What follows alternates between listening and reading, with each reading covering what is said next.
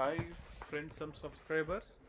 Today I want to discuss with you about the important topic of is Andhra becoming Afghanistan. ఈ పదం చెప్పడానికి నాకు సిగ్గేస్తుంది. ఆంధ్రాలో ఇప్పుడు ఏం జరిగిందని లేటెస్ట్గా ఒక గవర్నమెంట్ ఓడిపోయి జనరల్ ఎలక్షన్స్లో ఇంకో గవర్నమెంట్ వచ్చింది. ఇది ఒక పదో వింత.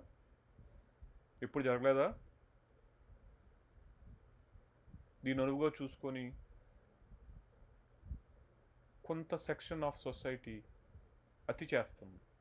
ఆ అతి అనేది నాన్ వాలటైల్గా ఉంటే బాగుంటుంది. అదే దాన్ని వైలెన్స్కి మాలిస్తే మన పరిస్థితులు ఆఫ్ఘనిస్తాన్ పరిస్థితులా తయారవుతాయి.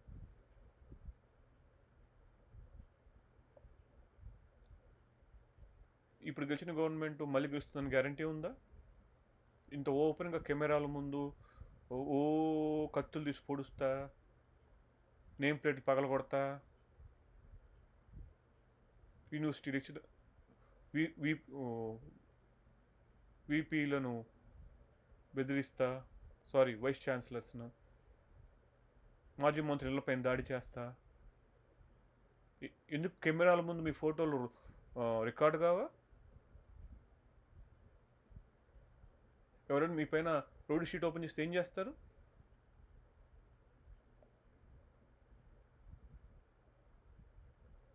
దయచేసి కొంచెం నిగ్రహం పాటించండి. అండ్ ముఖ్యంగా పోలీస్ ఆఫీసర్లకి, చీఫ్ సెక్రటరీకి నాకు విన్నప్తి, కాస్త ఏం జరుగుతుందో చూసుకోండి సార్. రూమ్లో కూర్చొని ట్రాన్స్ఫర్లు ఆర్డర్స్ ఇవ్వటం కాదు. జనాలు గొడవకి సిద్ధం కాకముందే వాళ్ళని డిస్కస్ చేయండి. వాళ్ళు వచ్చిన తర్వాత లాఠీ చార్జ్ చేసి ఇచ్చేస్తామని కాదు.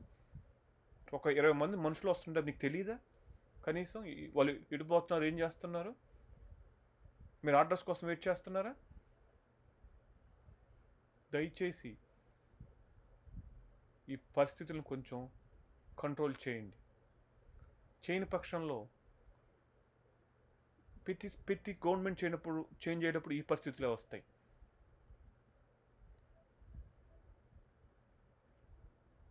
టీవీలో చూస్తున్న క్లిప్పింగ్స్ చూడండి, జెన్యూన్ క్లిప్పింగ్స్ చూడండి, ఏం జరుగుతుందో. Your IPS and IAS officers అండి, Indian public service, Indian administrative service. You are meant to protect people lives and their rights. If you fail in your duties, entire state will fail. Please remember that.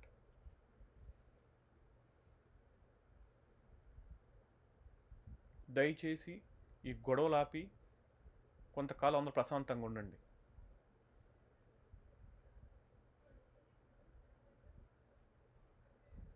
ఇంత